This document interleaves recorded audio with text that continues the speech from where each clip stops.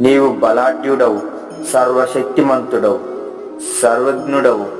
ఆ శక్తిని నీవు ఇప్పటి వరకు అభివ్యక్తం చేసి ఉండలేదు, కానీ అది నీలోనే ఉంది. నీవు సర్వశక్తిమంతుడవు, పరమ పవిత్రుడవు, నిత్యముక్తుడవు, సమస్త జ్ఞానాన్ని నీయందే కలిగి ఉన్నవాడవు.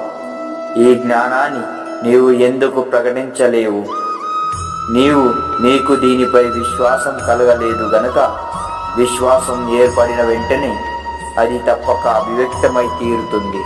నీవు కూడా ఆ అనంత శక్తి, అనంత జ్ఞానం, అప్రతిహితమైన ఉత్సాహం నీలో ఉన్నాయని తలుస్తూ ఆ శక్తిని బహిర్గతం చేయగలిగితే నీవు కూడా నాలాగా అవ్వగలవు. లోపం ఉన్నదని భావించడమే లోపాన్ని సృజిస్తున్నది. బలమే పరిపూర్ణత గల గురించి భావించడమే లోపాన్ని సరిదిద్దగలదు.